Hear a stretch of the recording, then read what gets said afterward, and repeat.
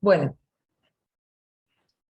hoy vamos a ver el proceso de la dictadura cívico-militar y la instalación de un nuevo patrón de acumulación, que fue denominado como valorización financiera, pero previamente, porque ayer, bueno, van a tener la clase grabada, va a estar subida en el campus, pero me faltó hacer como una introducción también para poder desarrollar un poco más qué es un patrón de acumulación también y poder entender también por qué, eh, bueno, se le denomina valorización financiera al de la dictadura y cómo han existido otros en otros periodos de tiempo. Eh, en sí, digamos, se parte de la perspectiva de que estamos en el modo de producción capitalista a nivel mundial, y que el capitalismo atraviesa una determinada fase, que es la forma en la que acumula el capital en ese momento. Más allá de que siempre eh, estemos en el modo de producción capitalista, que implica la explotación del capital sobre el trabajo. Em, la fase, por ejemplo, puede ser la fase financiera del capitalismo, puede ser bueno, la fase industrial, o de la revolución tecnológica industrial, y así va variando a lo largo del tiempo, es dinámica, digamos. ¿Y cómo se expresa esa fase internacional del capitalismo en los países dependientes? Nos va a determinar qué patrón de acumulación estamos insertos, y si es alineado o contrapuesto, es decir, si refuerza esa fase internacional del capitalismo, o si de algún modo va en contra de esa forma de acumulación de capital. De esta manera, según Basualdo, la forma que adopta la fase internacional del capitalismo en distintos países, en particular siempre en los países dependientes, porque principalmente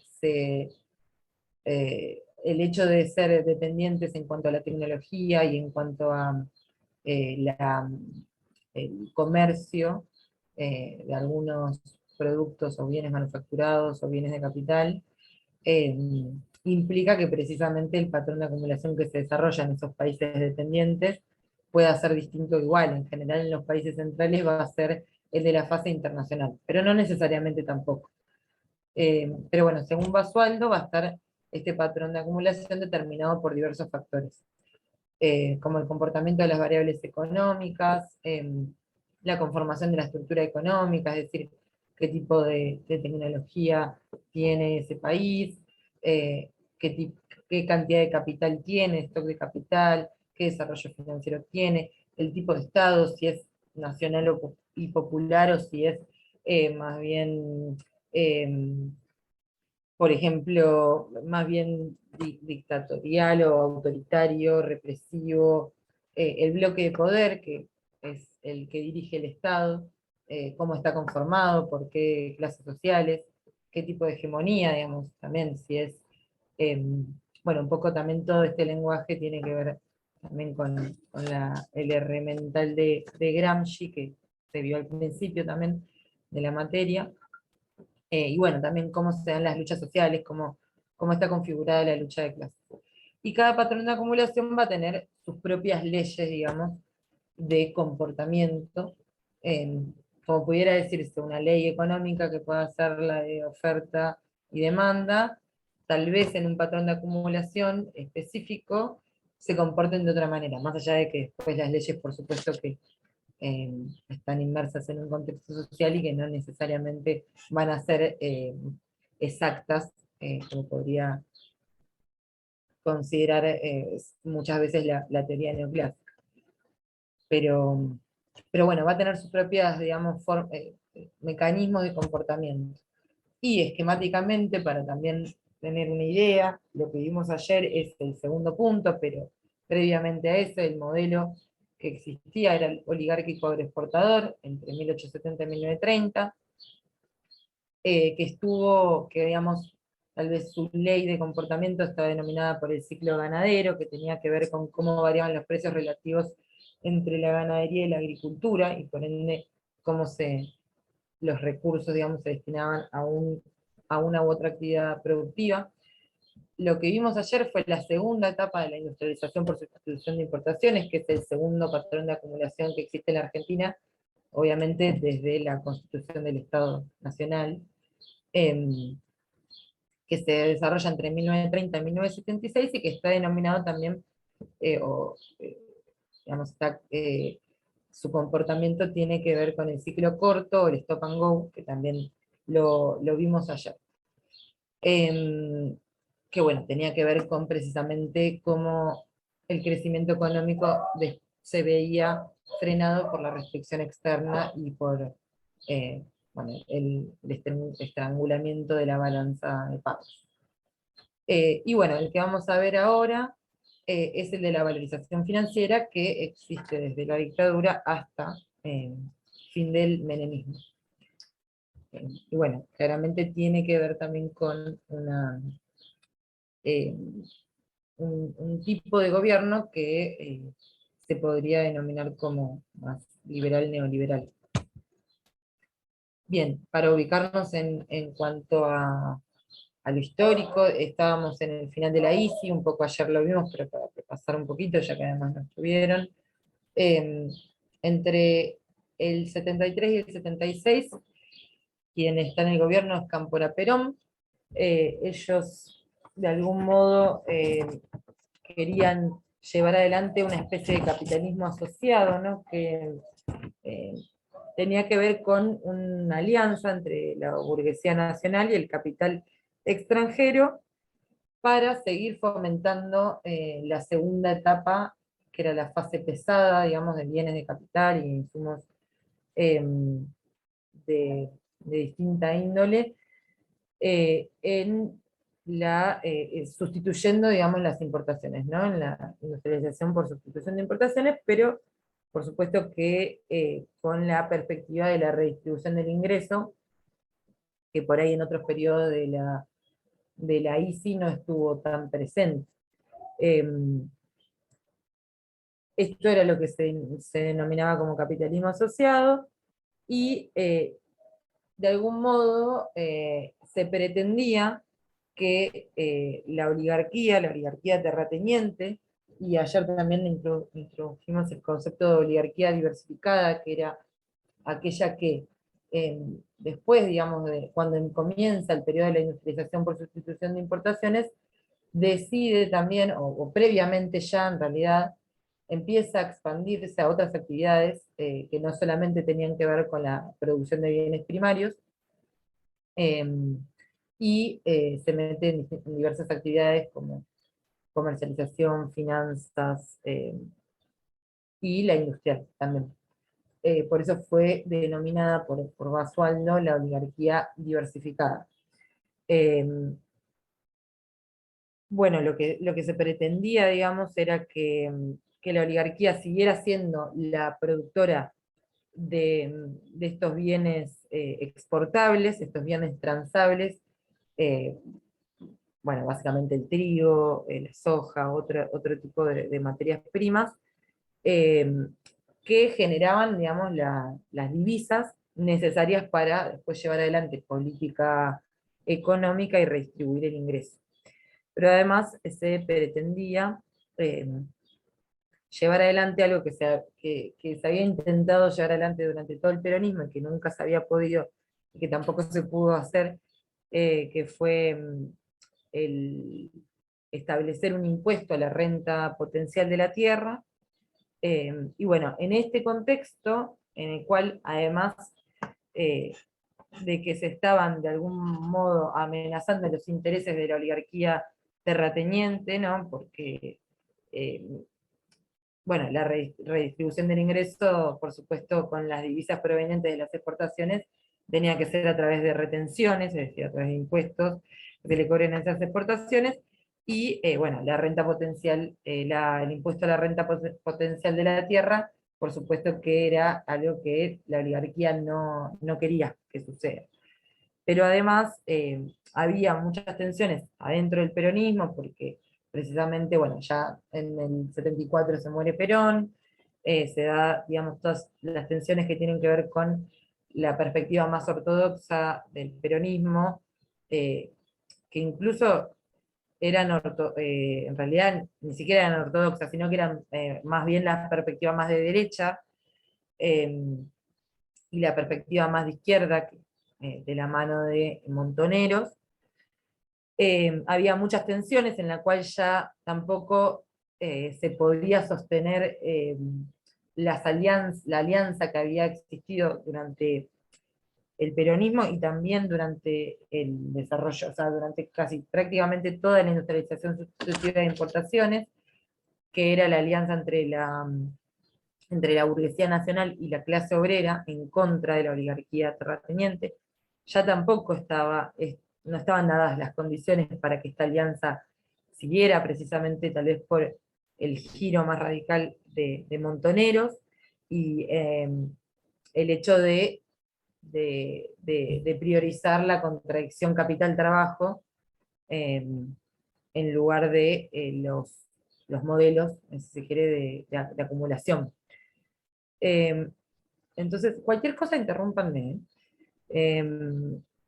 Con lo cual, entre las tensiones más bien al interior del peronismo y la, la amenaza, digamos, latente contra la oligarquía, y la amenaza también del socialismo en un contexto en el que se había producido no hace tanto tiempo la Revolución Cubana.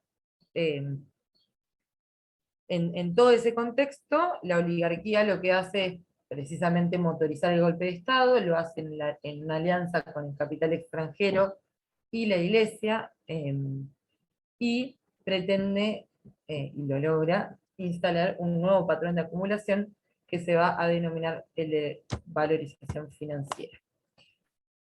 Perdón, Nati, antes de que Sí. pases a la etapa siguiente, me gustaría agregar algunas cosas.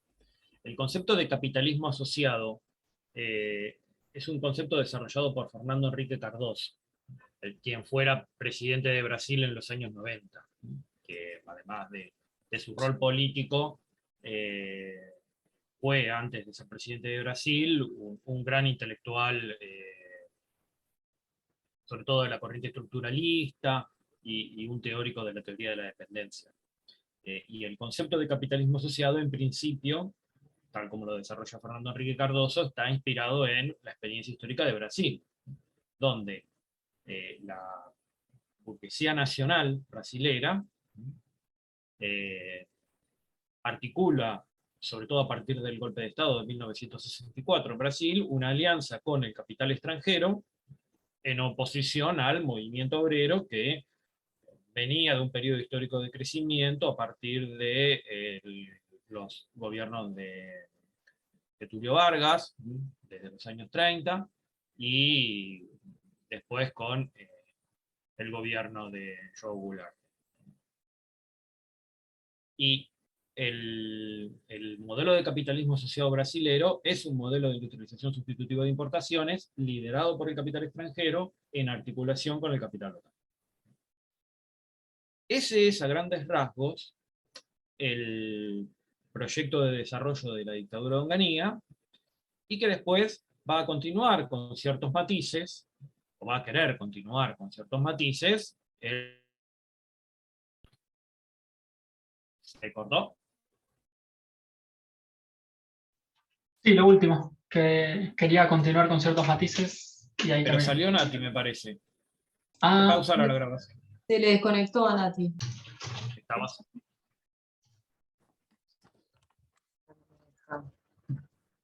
A ver, lo que decíamos antes de que se cortara la grabación era que el concepto de capitalismo asociado es un concepto acuñado por Fernando Henrique Cardoso a partir de la experiencia histórica brasilera, donde, sobre todo a partir de la dictadura militar de 1964, se sigue un modelo de desarrollo de industrialización sustitutiva, liderado por el capital extranjero, donde la burguesía nacional se acopla como fracción subordinada al capital industrial extranjero.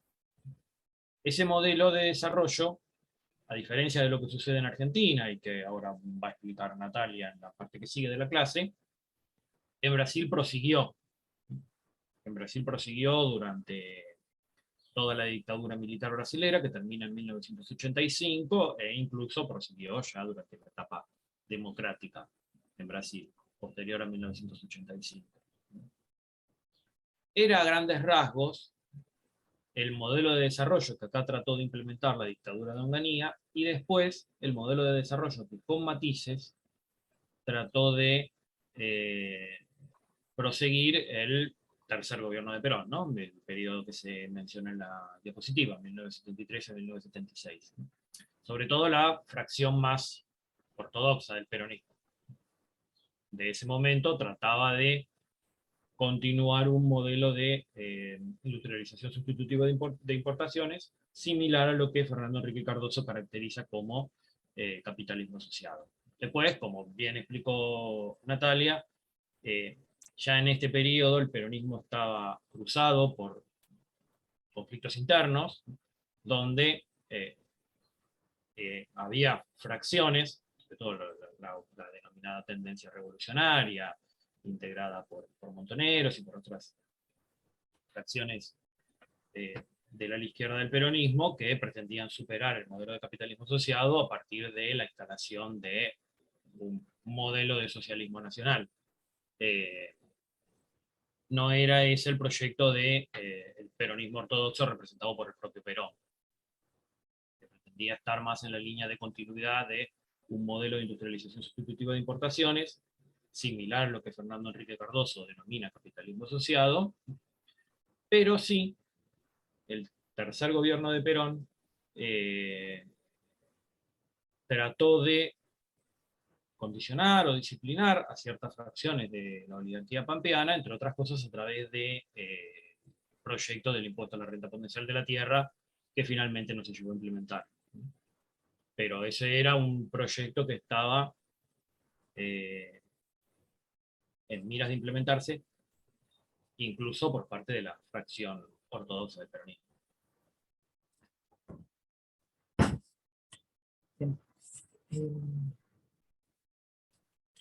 Sí, de hecho es un periodo como de muchos debates en cuanto a, bueno, por supuesto que además están todas eh, las distintas organizaciones político-militar revolucionarias en América Latina, y bueno, esas propuestas más de carácter, no sé, digamos, me parece desarrollista o más nacionalista, que tal vez es un periodo de mucha discusión en el campo de las ideas económicas y del desarrollo. Claro, también hay que situarlo en el contexto internacional, ¿no? Ujú. Pensemos también, por ejemplo, en México también se lleva adelante, ya desde la época de Lázaro Cárdenas, en 1930, un modelo de desarrollo industrial basado en la sustitución de importaciones. En el caso de México, con una impronta más nacionalista todavía, pensando en lo que había sido la historia reciente de México, ¿no? México siempre vivió, como bien sabido, a la sombra de la presión imperialista de Estados Unidos, perdió más de la mitad de su territorio en manos de Estados Unidos, México, y pensemos que eso en los años 30, 40, la guerra mexicano-estadounidense, por ejemplo, donde México pierde más de la mitad de su territorio, no era algo tan lejano en el tiempo. Con lo cual eran eventos históricos que tenían una memoria todavía muy viva en gran parte de la sociedad mexicana, y eso le dio también al proceso de desarrollo mexicano impronta mucho más nacionalista. Y en América Latina estaban los distintos países de América Latina, con particularidades, estaban en tensiones permanentes. Pensemos que Colombia estaba en una situación de guerra civil mucho más cruenta y abierta que lo que había en otros países latinoamericanos. Que la guerra civil en Colombia empieza con el asesinato de Eliezer Gaitán en 1948, un líder popular similar a lo que en Argentina fue Perón, que a diferencia de lo que sucede en Argentina, donde Perón dio lugar a una identidad política y un proceso histórico a partir del peronismo, Eso en Colombia fue abortado por el asesinato de Eliezer Gaitán, y eso instaló una situación de violencia política en Colombia que, en cierto sentido, continúa hasta hoy. Se había abortado también violentamente la experiencia de Arbenz en Guatemala mediante un golpe de Estado. Había sucedido la Revolución Cubana, como bien sabemos. Había una situación de guerra civil en muchos países latinoamericanos, con dictaduras brutales y con resistencia armada. El caso de Nicaragua, por ejemplo, donde estaba el Frente Sandinista combatiendo la dictadura de Somoza, que a la postre terminaría triunfando en la Revolución de 1979. En Chile había sucedido el golpe de Estado de Pinochet, que sucede el 11 de septiembre de 1973, que fue también el, el corte, el colapso de un proceso que en el caso de Allende tenía miras mucho más radicales y revolucionarias que en el caso argentino, en el caso del peronismo. Salvador Allende, de hecho, ya había empezado a implementar de manera concreta una reforma agraria. Estábamos, 1975 ya no, pero todavía, 1973, 1974, estábamos en las fases finales de la guerra de Vietnam, donde ya se visoraba la derrota norteamericana. Ya a partir de 1973 Estados Unidos empieza a retirar gradualmente de Vietnam hasta su retirada final en 1975. ¿No? Era una época de grandes convulsiones sociales y económicas, que por supuesto atravesaban América Latina, atravesaban la Argentina y atravesaban el mundo, y todavía estábamos en plena Guerra Fría, ¿no?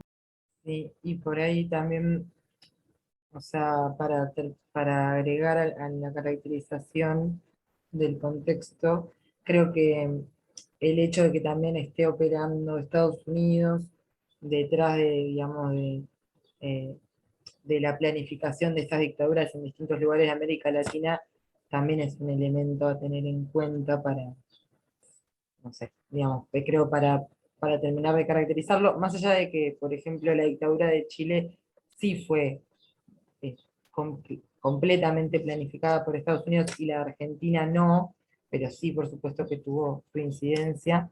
eh, Me parece que es más parte de un plan sistemático y que por eso también se le da el carácter de, bueno, obviamente de golpe de Estado y de dictadura. No, o sea, todo esto hay que circunscribirlo a un contexto internacional, por supuesto teniendo en cuenta las particularidades propias de América Latina y de la Argentina. O sea, los conflictos sociales internos en Argentina son de muy larga data y trascienden completamente, por supuesto, la cuestión de la Guerra Fría. O sea, no es, yo creo que no es pertinente analizar los conflictos sociales de la Argentina de esa época sin tener una perspectiva histórica de largo plazo que se remonte incluso a los conflictos sociales y políticos de la Argentina que hubo en el siglo XIX, que terminaron conformando la matriz del Estado-Nación que fue la Argentina. O sea, hay una clara continuidad en todas esas cosas. Hay una continuidad incluso familiar. Muchos de los nombres de los políticos, de los empresarios y de los personajes prominentes en las clases dominantes argentinas son los del siglo XIX. Martínez es un ejemplo paradigmático, pero no es el único. No es el único, hay muchos y uno se sorprendería de ver la continuidad que hay. Y aparte que tampoco estamos hablando de periodos históricos tan largos, estamos hablando de 3, 4 generaciones. Si pensamos que en Europa tenemos todavía presente una clase alta muy vinculada a la nobleza feudal, que puede remontar su árbol genealógico hasta Carlomagno, ¿no? Siglo IX, pensemos que en Argentina estamos hablando de que, a ver, muchos de los personajes actuales que son integrantes de las familias tradicionales de Argentina son tataranietos de los personajes del siglo XIX, que fueron los que en definitiva terminaron disputando como la conformación que tomó el Estado Nacional. Sí, Ah, perdón. Sí, eso por un lado. No hay que separar. ¿No? O sea, me parece a mí cierta tendencia reduccionista, y creo también malintencionada, de querer circunscribir los conflictos que hubo en la Argentina en esa época al contexto histórico, al contexto internacional de la Guerra Fría. Claro. Eso en parte es pertinente porque ningún conflicto local puede desengancharse del contexto internacional, pero tampoco es completamente adecuado. O sea, esto tiene solo un sentido parcial. Los conflictos en Argentina y en América Latina, si uno analiza la historia de nuestros países y de nuestra región, surgen con la independencia, y hay grandes líneas de continuidad entre los conflictos que se dan en las primeras décadas de formación de nuestros estados-nación y en la actualidad. Y sobre todo, y también en este periodo, ¿no? Este periodo concreto que estamos analizando, último cuarto del siglo XX. Hay líneas de continuidad que uno puede detectar, por supuesto con cambios, con transformaciones. Por supuesto, influenciadas también por el contexto internacional de Guerra Fría. Ahora, pues si uno analiza los conflictos entre el campesinado y las clases terratenientes en Colombia o en Centroamérica, y quiere reducirlo a una confrontación entre los dos grandes bloques comunista y capitalista propio de la Guerra Fría, eso es un reduccionismo absurdo. O sea, el campesinado en en muchos países de América Latina fue perseguido, reprimido, masacrado desde antes de la Revolución Rusa. Los modelos oligárquicos en nuestros países fueron instalados de la segunda mitad del siglo XIX, cuando Rusia estaba en los Ares, o sea, nada que ver con el contexto de Guerra Fría, ni con el comunismo, ni nada de eso. Ahora, es verdad que esas particularidades propias de nuestros países y de nuestra región se enmarcan en este periodo en un contexto internacional concreto que debe ser tenido en cuenta porque también atraviesa el contexto local. Y en este periodo estamos en una época donde los propios conflictos originados en nuestra historia se superponen con la confrontación propia de la Guerra Fría y con la situación propia de crisis que se está viviendo en el mundo en esos años. Hay también, miremos los años, 1973-1976. Acaba de caer Bretton Woods, se retira Estados Unidos de Vietnam, es derrocado Salvador Allende en Chile, y en 1973 tiene lugar la primera crisis del petróleo. En 1978 tiene lugar la segunda crisis del petróleo. O sea, es todo un periodo de convulsión donde entra en crisis el orden constituido tras la finalización de la Segunda Guerra Mundial. ¿No? En ese contexto es que en Argentina pasan todas estas cosas que estamos analizando. Sí, y también estaba bueno esto que decías, Marcos, de que, bueno, no ser reduccionista, porque si uno ve la historia de la oligarquía también terrateniente, desde el periodo en el que sí ejerció la hegemonía en el poder político, y que se enriqueció muchísimo a partir de la renta agropecuaria, o que ha sido denominada también de diversas formas, renta diferencial, renta internacional.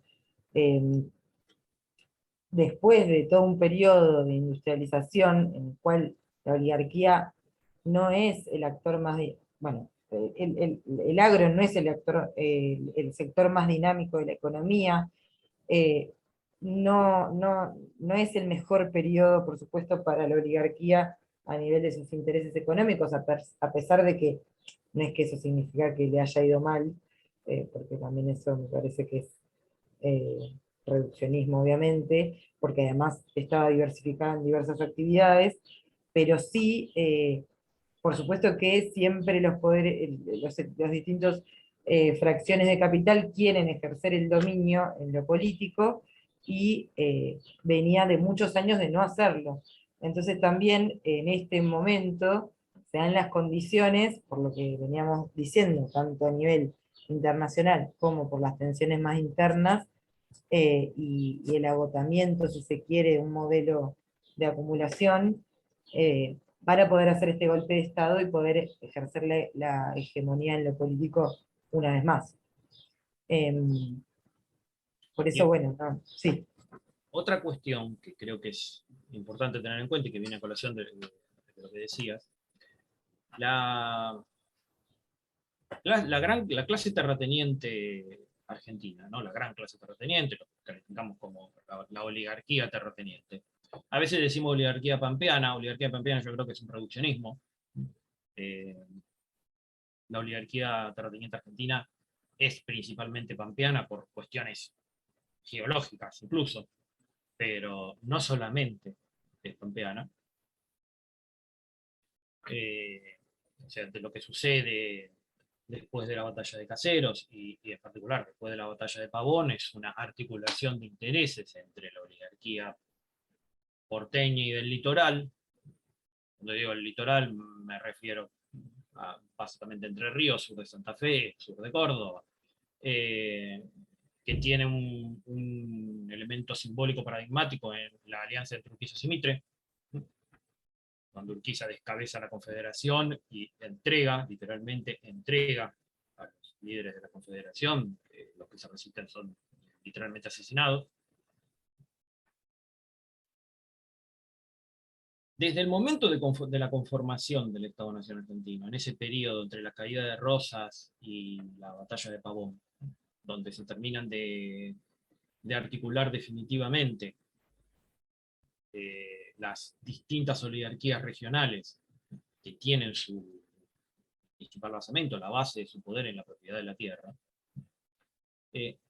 esa clase dominante argentina, que podemos calificar como una oligarquía terrateniente, es desde su origen antiindustrialista. Explícitamente antiindustrialista. Su objetivo, su proyecto es articularse a la economía mundial como apéndice del Imperio Británico, como proveedora de alimentos y materias primas, y resisten cualquier proyecto de diversificación de la economía y de desarrollo de la industria. Y es una discusión muy antigua en Argentina, ¿no? Desde los alegatos en el Congreso de Pellegrini y de Vicente Fidel López, ya en la década de 1890, donde se plantea la necesidad de no llevar adelante un modelo de desarrollo industrial, sino de matizar un poquito el carácter eminentemente agropecuario de la Argentina, desarrollando alguna industria. Ese es el planteo de Vicente Fidel López y de Pellegrini, un desarrollo industrial limitado, hasta el Plan Pinedo de 1940, propone también una industrialización parcial. O sea, Pinedo desarrolla esta idea en el marco de la crisis de los años 30. ¿No? El Plan Pinedo es de 1940. Federico Pinedo, el abuelo del actual Federico Pinedo, que fue senador, ahora no sé en qué cargo está, hablando de la continuidad de las grandes familias,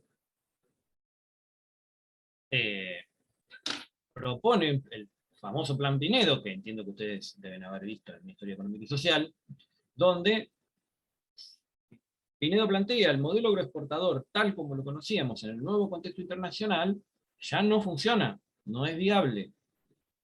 Entonces tenemos que diversificar la economía argentina promoviendo cierto desarrollo industrial. Pero en el Plan Pinedo se plantea que es un desarrollo industrial limitado, donde la agricultura será la rueda maestra y la industria ruedas auxiliares. Y ese Plan Pinedo, el Plan Pinedo, es rechazado en el Senado por los propios socios políticos de Pinedo, porque no querían un proyecto de desarrollo industrial. Entonces, cuando uno analiza las causas del subdesarrollo argentino, y bueno, las causas del subdesarrollo argentino en parte están ahí, ¿no? El carácter antiindustrialista de nuestras clases dominantes desde nuestro origen como Estado-Nación. Y si uno lo contrapone a la historia de otros países que tuvieron procesos de desarrollo histórico relativamente rápidos, fueron procesos de desarrollo histórico rápidos porque sus élites, sus clases dominantes, sus oligarquías, o como las querramos llamar, tomaron la decisión contraria: superar su carácter agrario y retrasado y promover el desarrollo industrial y tecnológico. Fue la decisión que tomó, bueno, Gran Bretaña desde de larga data, ¿no? Ya desde el siglo XVII incluso. Países de desarrollo más tardío como Alemania, Italia, Japón, los países escandinavos, sus sectores dominantes tomaron la decisión deliberada de promover el desarrollo industrial y tecnológico. En el caso de Alemania es clarísimo: Alemania a comienzos del siglo XX era el líder mundial en la industria química.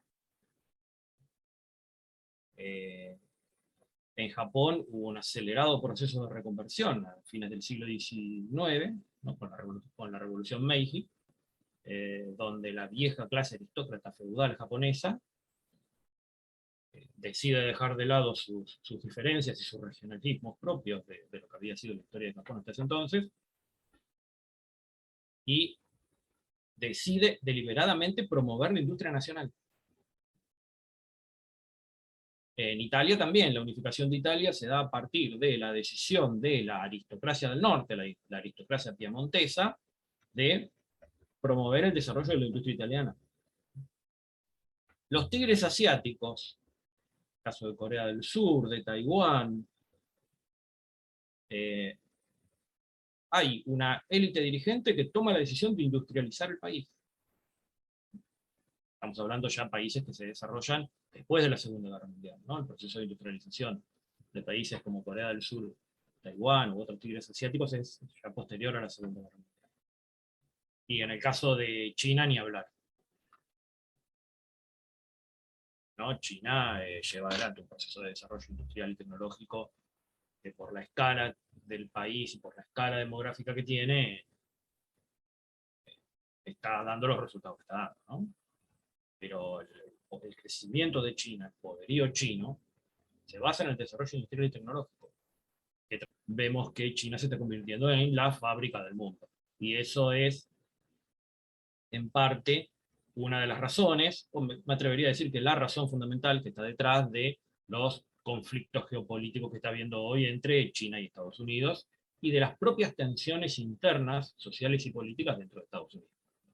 En Estados Unidos ya hay sectores que plantean que el error que cometió Estados Unidos en los últimos 30 años fue el proceso de deslocalización de actividades industriales. Y lo que plantean ciertos sectores políticos en Estados Unidos, tanto dentro de los demócratas como dentro de los republicanos, esto es transversal a los partidos, es que hay que volver a traer las fábricas a Estados Unidos. Bueno, si tenemos una clase dominante que se opone al desarrollo industrial, nos está condenando al subdesarrollo. Ese es creo yo, que es el drama de nuestro país y el drama de América Latina en general.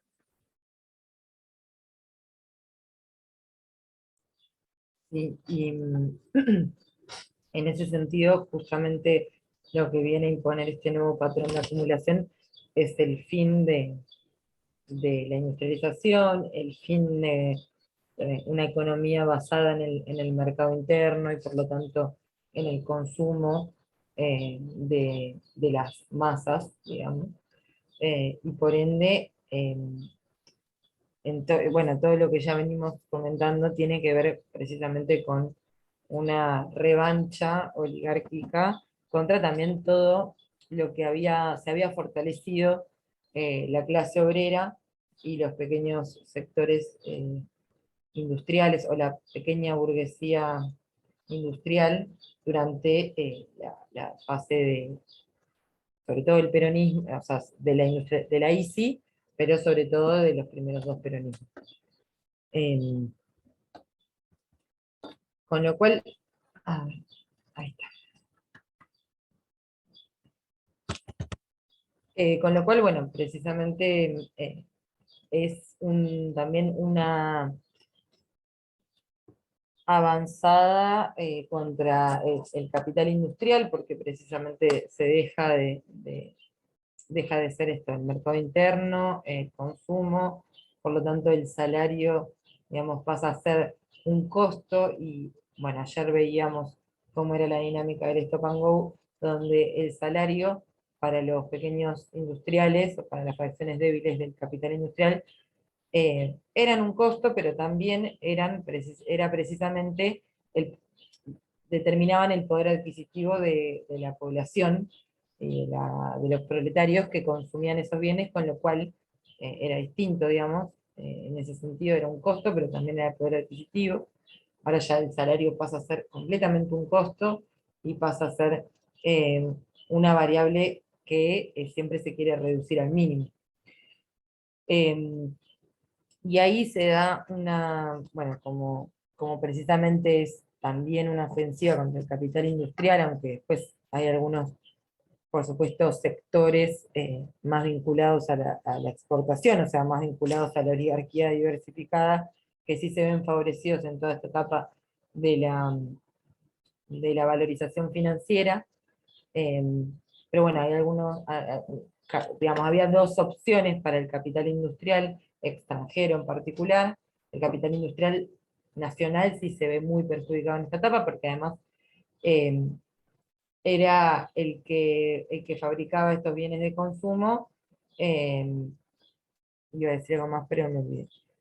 Y bueno, y el capital extranjero, que tal vez sí fabricaba otro tipo de productos, tiene dos opciones. Una es o repatriarse directamente, es decir, volver a digamos, no tener más subsidiarias en Argentina y volver a sus casas matrices, o poner el capital en otros lugares, o confluir con la oligarquía diversificada, de forma tal de de poder ser parte de este nuevo negocio que tiene que ver con la valorización financiera. Eso, más la aparición de un nuevo actor, no nuevo en realidad, porque ya existía, y ya era parte también de, de la historia argentina, que es el capital financiero internacional, pero sí en esta etapa es donde tiene una relevancia muy grande, y en toda América Latina también, porque precisamente en esta etapa se da todos los periodos de endeudamiento de los países latinoamericanos con el FMI y otros organismos multilaterales y otras instituciones financieras internacionales.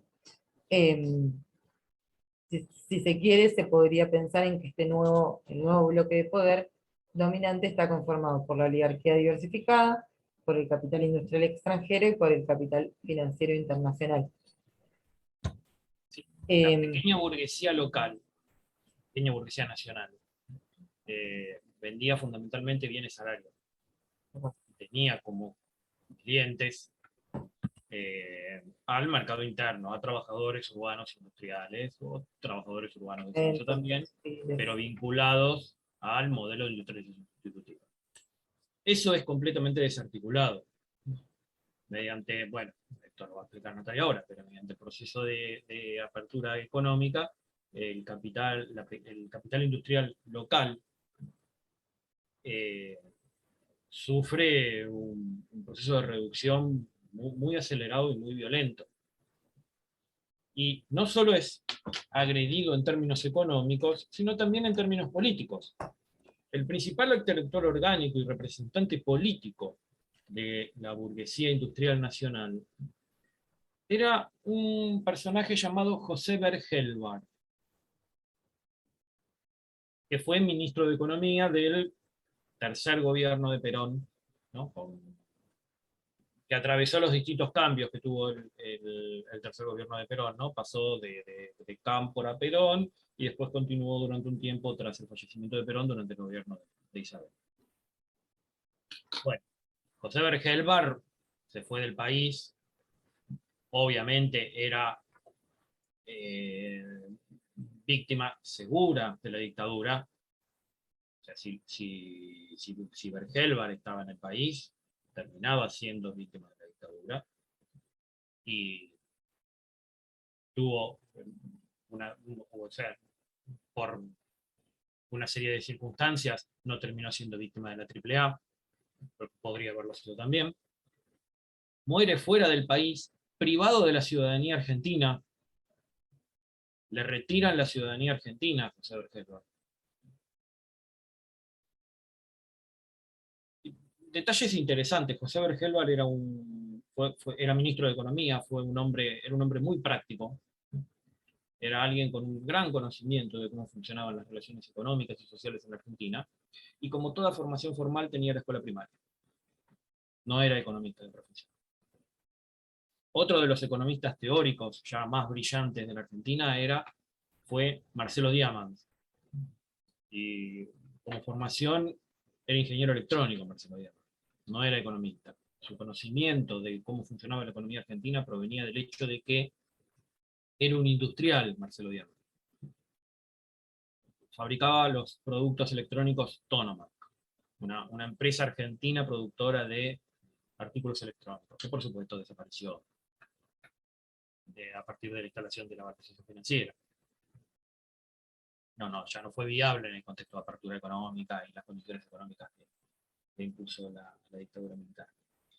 Y en el plano corporativo, la pequeña burguesía nacional estaba pequeña y no tan pequeña, porque por ejemplo Bergelbar era accionista de FATE, una fábrica de neumáticos, era accionista de Aluar, una gran fábrica de aluminio.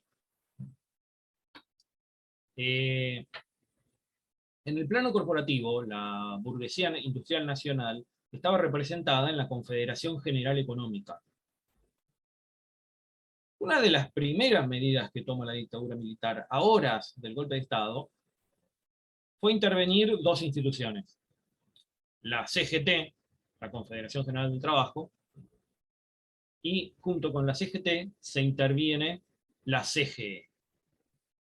O sea, la dictadura militar persigue en el plano político y corporativo a las representaciones de la burguesía industrial nacional. No era solo antiobrera la dictadura militar, sino también era anti-industria nacional.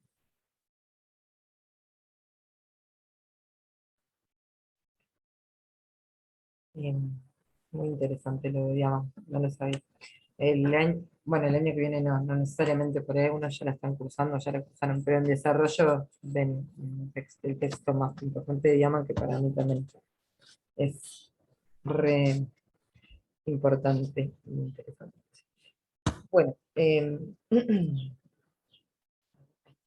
bueno, en cuanto a las medidas aplicadas, por supuesto que lo primero tiene que ver con la persecución, el aniquilamiento, la desaparición, la protección de hijes, es decir, toda una doctrina represiva muy grande, y que bueno, que tuvo distintas formas también, y que por supuesto, bueno, produjo los 30.000 desaparecidos y la apropiación de bebés, que por supuesto, me imagino que todos sabemos que sigue siendo un tema en la actualidad en Argentina, llevado adelante por los organismos de derechos humanos y la búsqueda también de los nietos y de hijos. Luego, digamos, también, por supuesto, que era esta revancha contra el trabajo, que había tenido su mayor nivel de participación asalariada en el ingreso, llegando a un 50%, que en su momento fue denominado en el peronismo el 50-50, porque era una participación muy grande del factor productivo trabajo, digamos, en el Producto Bruto Interno, y esto, por supuesto, a través de distintas medidas, es completamente, digamos,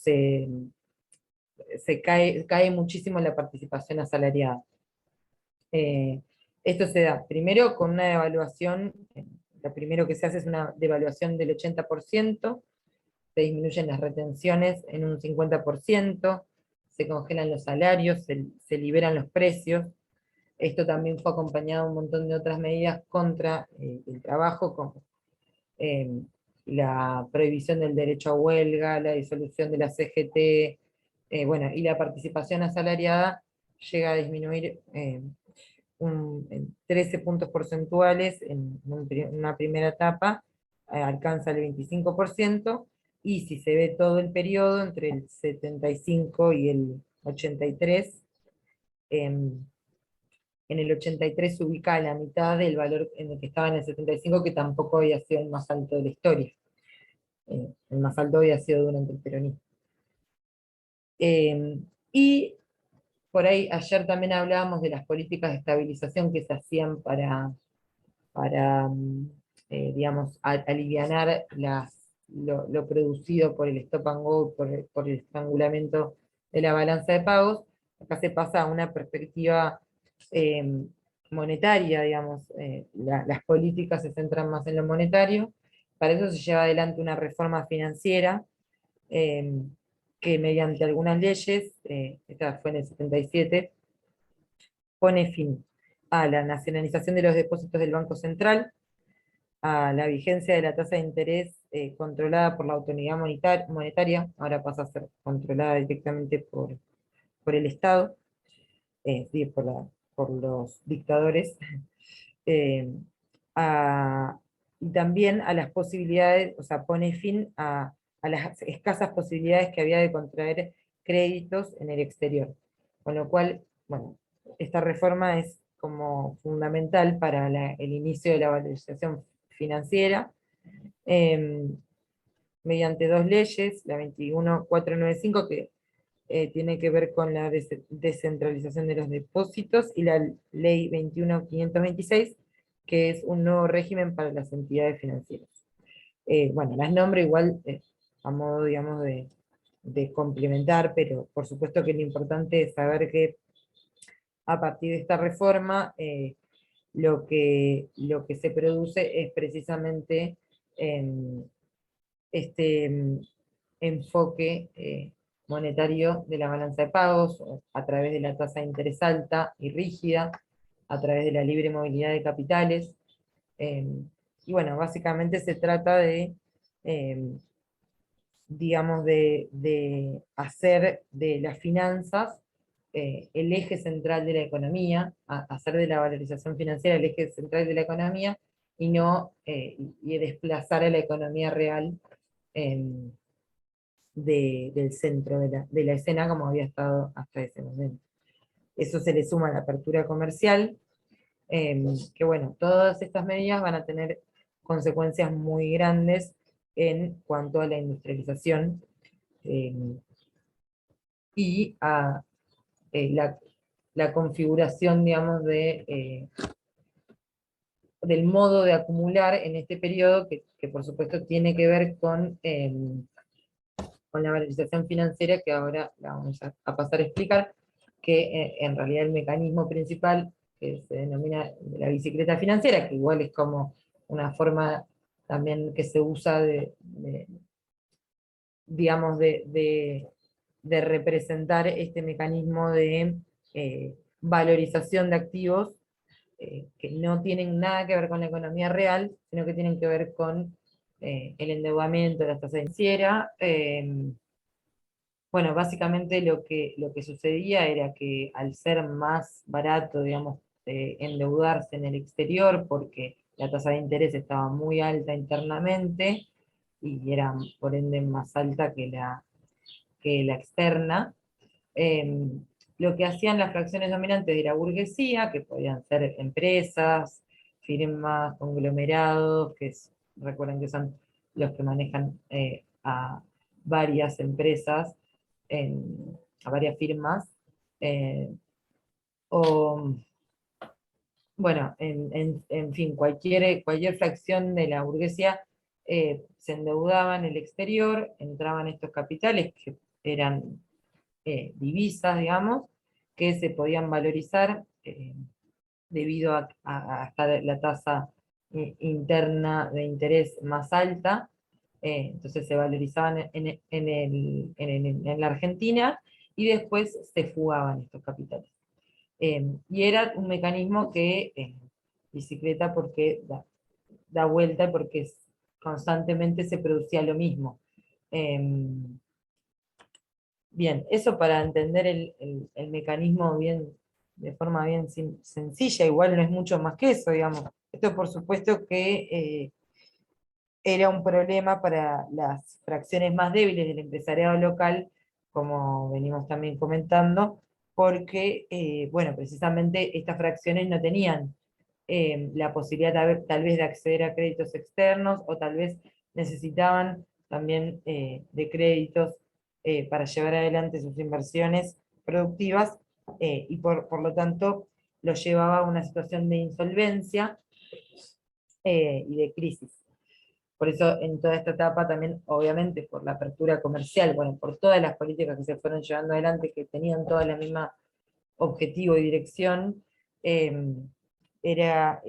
digamos, se produjo también muchísimo el cierre y la destrucción de firmas, de empresas, de ramas industriales en su totalidad. En este gráfico, que es de Basualdo, que es de la literatura que está para leer de este tema, nos muestra cómo evolucionan la tasa de interés interna y la internacional. Bueno, en realidad también nos muestra el costo de endeudarse en el exterior, que son los impuestos más el tipo de cambio, más la tasa de interés internacional. Todo eso era más chico que la tasa de interés interna, que esto lo pueden ver, ya que la tasa de interés interna es esta, y todo está por debajo. Con lo cual, bueno, este era el mecanismo que se hacía. Acá nos muestra en este gráfico con las tres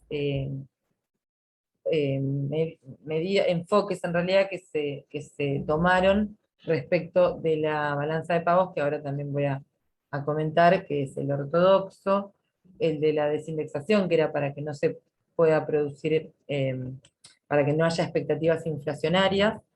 El ortodoxo tenía que ver con la contracción directa de la base monetaria, y el enfoque monetario de la balanza de pagos con economía abierta, que tenía que ver con una serie de devaluaciones ante la falta, digamos, de reservas internacionales, o con la excusa de que faltaban reservas internacionales, una serie de devaluaciones seguidas, que fue denominada la tablita cambiaria, que ahora también lo voy a esquematizar.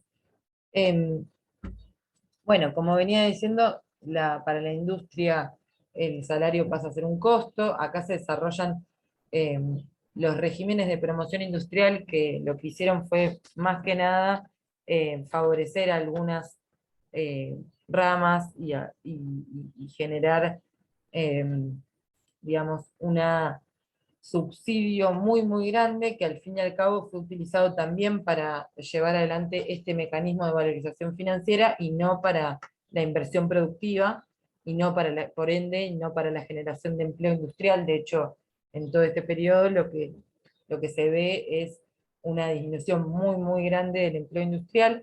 Bueno, al mismo tiempo la apertura comercial y la tasa de interés muy alta, lo que producía, por supuesto, era la destrucción total de ramas y de industrias, y por supuesto era focalizado, no era homogénea esta destrucción, porque se quería beneficiar a la oligarquía diversificada, que era, y al capital extranjero, que tenía, digamos, que estaba anclado en el comercio internacional y en la exportación de bienes primarios, o de algunos bienes manufacturados, pero que tenían que ver, que eran de origen agropecuario, y por ende, bueno, se beneficiaba a estas ramas, en contraposición de la destrucción de aquellas que tenían que ver con la producción de bienes para el consumo interno, que bueno, eran bienes salarios, textiles, entre otros. O algunas manufacturas, algunos electrodomésticos también eh, más domésticos, etc. Bueno, y precisamente la presión importadora también lo que generaba era que se destruyan, bueno, que precisamente no se esté en un periodo de sustitución de importaciones, sino todo lo contrario, y eso generaba también una presión muy grande en la balanza de pagos, eh, que hacía que también existieran estas crisis. No eran de stop and go, como fue en el periodo anterior, pero sí había falta de reservas internacionales que por supuesto, que se saldaban con el fuerte endeudamiento externo. También, digamos, lo que se termina produciendo es la centralización y la concentración del capital, más el primer proceso, que tiene que ver con el predominio de los grupos, de los conglomerados, de los grupos económicos locales, y la oligarquía diversificada, que en todo este periodo aumenta su participación en ventas, si se tienen en cuenta los datos que muestra Basualdo, también, que tienen que ver con las 100 empresas industriales más grandes, que es lo que se llama la cúpula empresarial. Con lo cual se daban también estos dos procesos de centralización y concentración de capital, bueno, a favor siempre de estos grupos económicos locales. Bueno, y ahí lo que mencioné hace un cachito, que tiene que ver con las distintas etapas de la política monetaria, las tres fases o los tres periodos o enfoques, que el primero era la contracción de la base monetaria, después la eliminación de las expectativas inflacionarias, y por último el enfoque monetario de la balanza de pagos, que es el que viene de la mano con Martínez de Oz y con la tablita cambiaria, que con tener las devaluaciones, o sea, tener una proyección de las devaluaciones que van a suceder, de forma tal de que los actores económicos cuenten con esa información, digamos, de algún modo, y se puedan eliminar la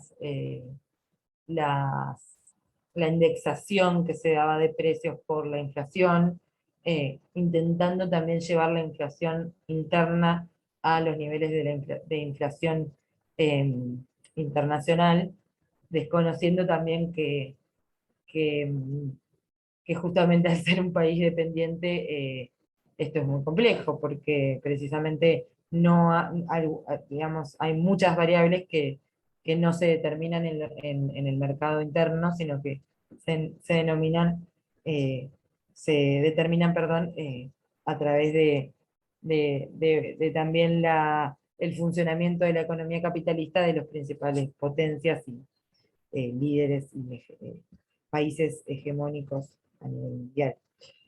Bien.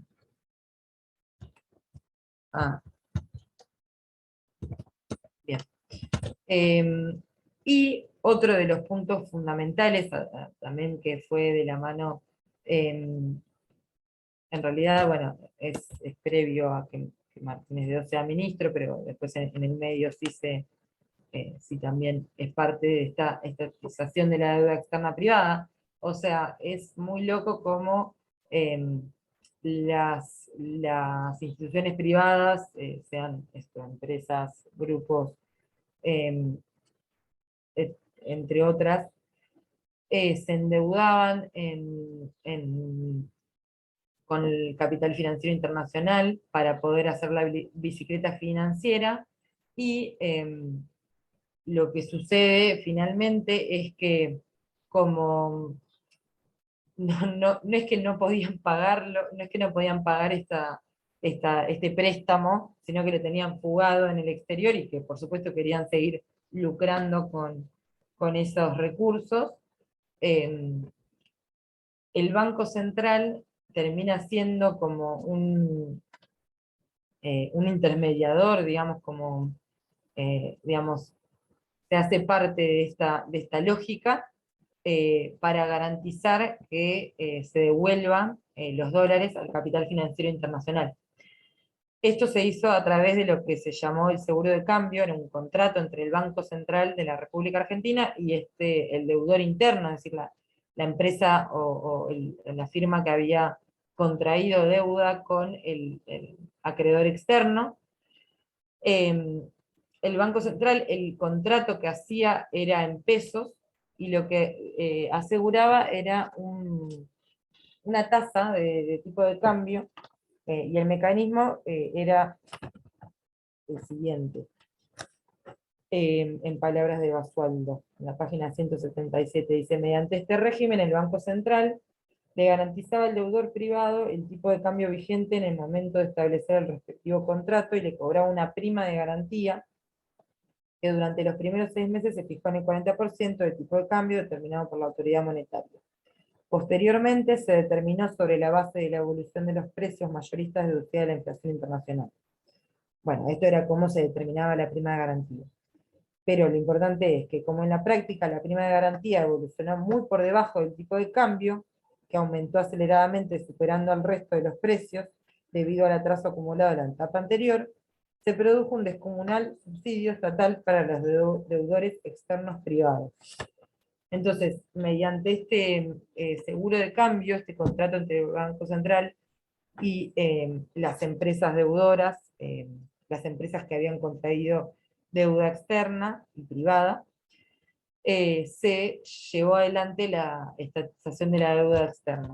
Esto, para que vean también acá está en este cuadro que también es de Basualdo, nos muestra cómo cada una de las normativas que salían, digamos, del Banco Central de la República Argentina, que precisamente iban en esta dirección de la estatización de la deuda. Se hacía de un modo muy sofisticado, de algún modo, porque en realidad, si era un banco central prestándole a una institución privada, podía ser algo que no fuera tan loco, pero en realidad lo que se terminaba generando era básicamente que se haga cargo el Estado de la deuda externa privada, que además se hacía cargo de una deuda en dólares, que precisamente era un problema, siempre fue un problema para la Argentina, la restricción externa, es decir, la falta de divisas, por justamente no ser productores o no poder imprimir estos billetes, digamos, y tener que conseguirlos a través del mercado internacional, y el deudor interno le devolvía al Banco Central en pesos, con lo cual era un negocio redondo para estas empresas, eh, que se habían endeudado, y por supuesto una estafa para todo el pueblo argentino, pero que se hacía a través de un Estado eh, que era, digamos, que estaba al servicio de estos intereses económicos. Acá en estas dos tablitas ven todas estas normativas que se hicieron y bueno, iban cambiando, digamos. Primero eran para préstamos más de largo plazo, después también fueron para préstamos de corto plazo, o sea, bueno, directamente está bueno, digamos, tener esta tabla para consultar, para ver un poco más cómo era cada una de estas. Sí. Esto fue llevado a cabo por un Estado que estaba al servicio de estos intereses económicos, y además un Estado dictatorial, donde cualquier oposición a este tipo de medidas económicas era violentamente eliminada, ¿no? En ese contexto esto se llevó a cabo. Y volviendo a lo que decíamos hace un rato, ¿no? Estamos hablando de una clase dominante y de una élite empresarial que no tiene como objetivo el desarrollo industrial, el desarrollo tecnológico, la acumulación de capital. A ver, esto fue posibilitado por un gobierno que a grandes rasgos era funcional a los intereses de estas élites, y lo que estas élites hicieron fue tomar deuda para hacer negocio financiero para después fugar capitales. Una masa de recursos que si se hubiera volcado a inversión real y a inversión productiva, hubiera generado una acumulación de capital que hubiera sentado la base para un incremento en el bienestar del conjunto de la población muy significativo. Bueno, nada de eso se hizo. Y no se puede decir que era una clase empresarial que se iba del país porque no tenía confianza, porque en términos políticos era la que controlaba el país. Cuando esto es un gobierno al servicio de un conjunto de élites que tienen una representación política muy clara, muy concreta, muy directa en un gobierno dictatorial, donde no tienen oposición, porque la oposición es reprimida por la fuerza, y en ese contexto lo que hacen es esto: endeudar al país, hacer negocio financiero y fugar. Y recordemos cuando vimos teoría marxista, las ganancias que se obtienen mediante un negocio financiero son una renta. Son excedente transferido entre actores en el proceso de la circulación.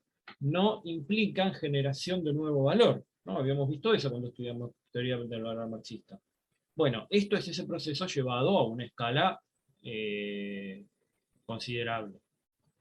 Por eso, para que la valorización financiera pudiera materializarse en un proceso de apropiación de excedente y fuga, era necesario, primero, un proceso de redistribución del ingreso regresiva, que tenía como contrapartida una caída de los salarios reales, como ya hemos visto. Y por el otro lado, sofocar cualquier tipo de resistencia social y política a ese proceso. A eso era funcionar el terrorismo de Estado, llevado adelante por la dictadura, ¿no? Por eso siempre decimos, el terrorismo de Estado y la política económica implementada por la dictadura fueron un tándem. El terrorismo de Estado fue funcionar a la implementación de una determinada política económica y a la implementación de un determinado modelo económico y de un determinado régimen de regulación.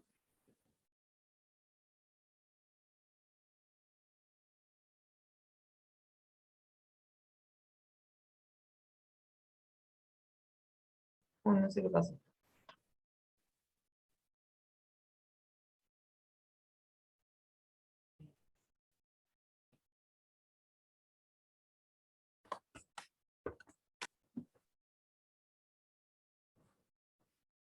Bueno, y en este gráfico lo que podemos ver es cómo se vincula la variación, digamos, de la deuda externa, privada y total. Acá yo no llego a ver, no sé por qué. Ahí está.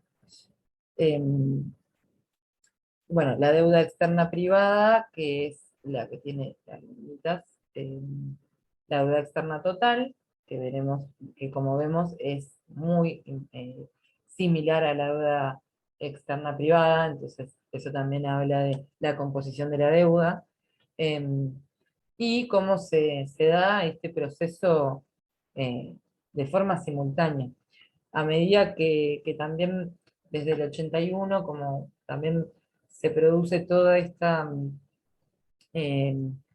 una mayor crisis en la balanza de pagos, hay una repatriación bastante grande de capitales, eh, pero digamos, no, bueno, que en realidad lo importante del gráfico es ver cómo se vinculan estas dos variables.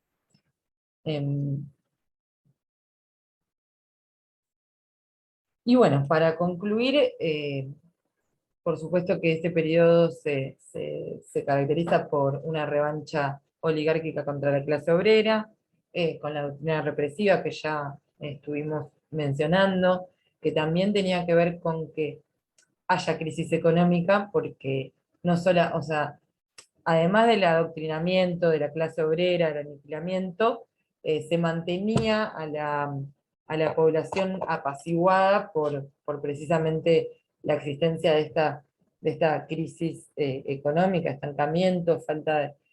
Acá no fue tanto, esto lo comentaba justo el otro día un docente de la maestría que hacemos con PIA, y la misma que hizo Marcos, un poco charlamos en algún momento, que comentaba que en realidad en la dictadura la forma, digamos, de revancha la forma en la que se debilita el mercado de trabajo es mayormente a partir de las caídas del salario real, como ya lo explicamos, y no tanto de la existencia de la desocupación, que sí es un fenómeno que se da durante el menemismo, durante el neoliberalismo, en la década de los 90, pero sí en este periodo empieza a existir la subocupación, que es también algo nuevo, que no había existido hasta ese momento, ¿no? Que es bueno, cuando los trabajadores no tienen suficiente trabajo, digamos.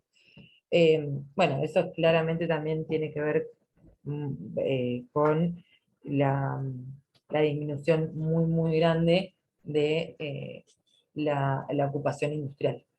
Después, bueno, todo el otro punto para concluir es todo este mecanismo de endeudamiento en el exterior valorización financiera en el interior y fuga de capitales, que por supuesto lo que hacía era drenar también los recursos desde la periferia o de los países dependientes hacia el centro, eh, y, y que eso significara también que haya menos recursos, por supuesto, internos para invertir, aunque no fuera tampoco el objetivo de la dictadura que sucediera eso, que también había debates internos, digamos, dentro de los genocidas, respecto de también si hacer una dictadura más industrial o menos industrial. Bueno, después la liberalización comercial, la apertura comercial y todas las políticas también que se llevan adelante de la industria, que recién mencionábamos someramente, que llevaron a la desindustrialización. Y todo esto estaba, de algún modo, como bajo la idea de que en realidad el Estado tenía que intervenir lo menos posible en la economía, ¿no? Pero precisamente no se trataba de un Estado mínimo, sino que se trataba de un Estado al servicio de la consolidación de los grupos económicos locales y de los intereses del capital financiero internacional. Bueno, y la bibliografía que se utilizó para esta clase y que es muy completa, es el capítulo 3 de Basualdo, y yo ya estoy, así que si alguien tiene alguna duda, consulta, o bueno, obviamente Marco, Fanky, Pía, si quieren agregar lo que sea.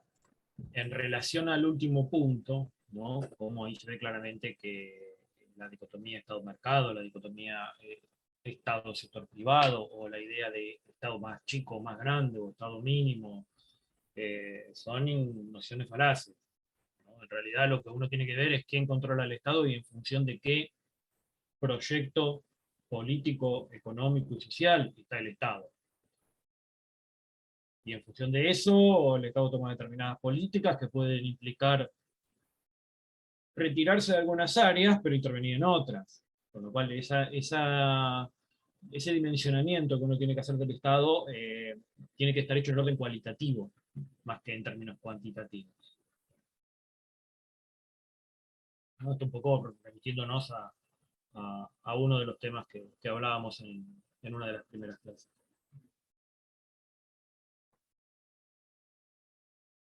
Bueno, concluimos la clase acá.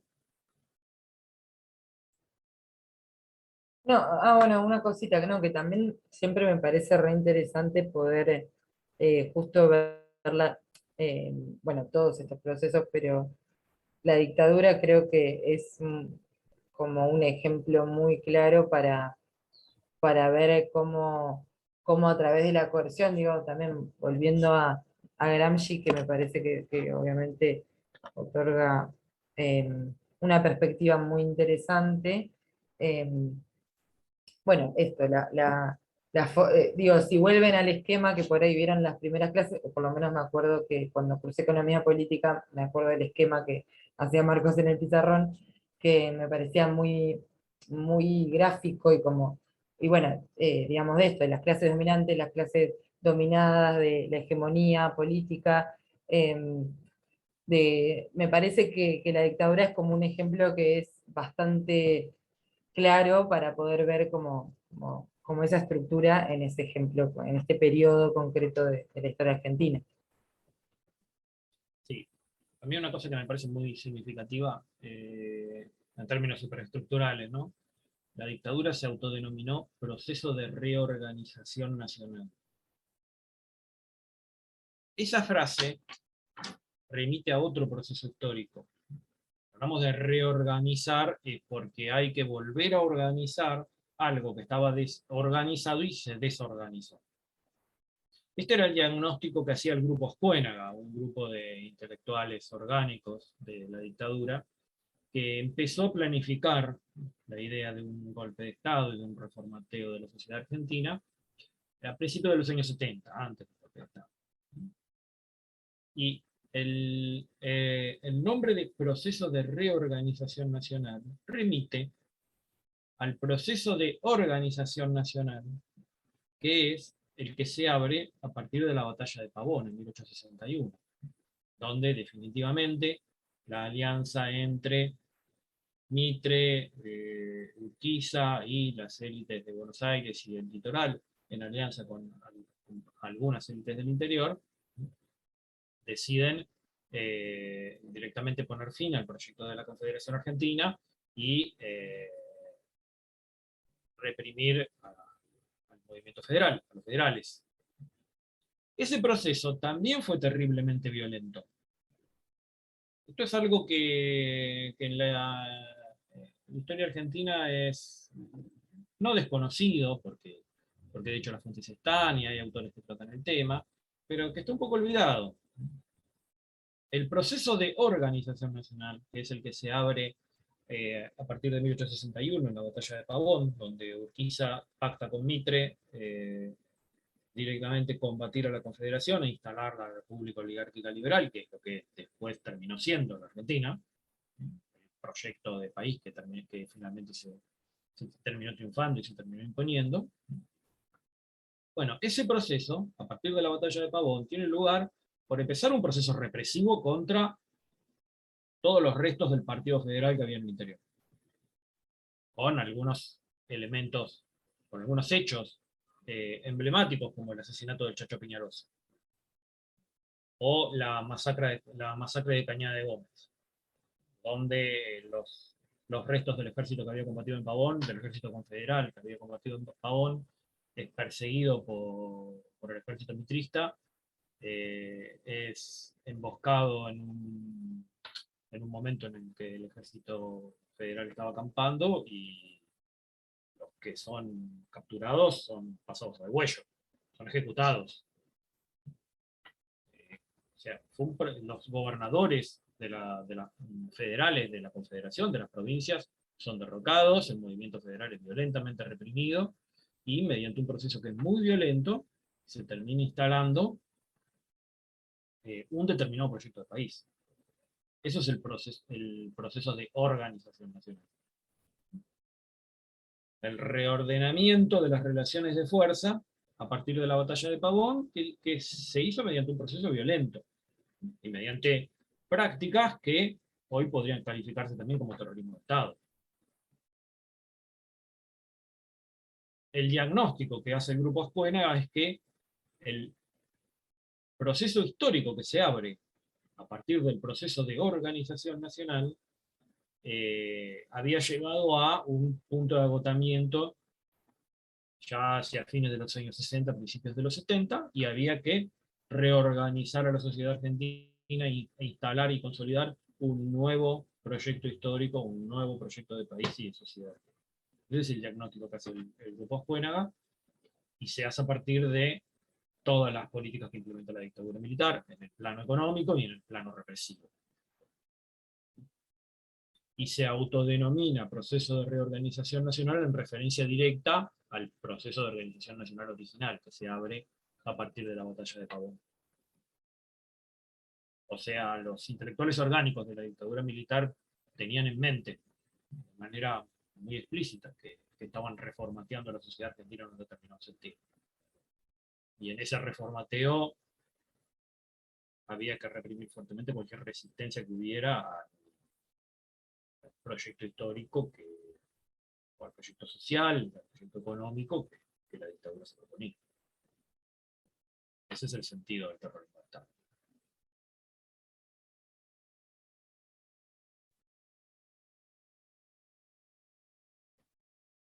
Bueno,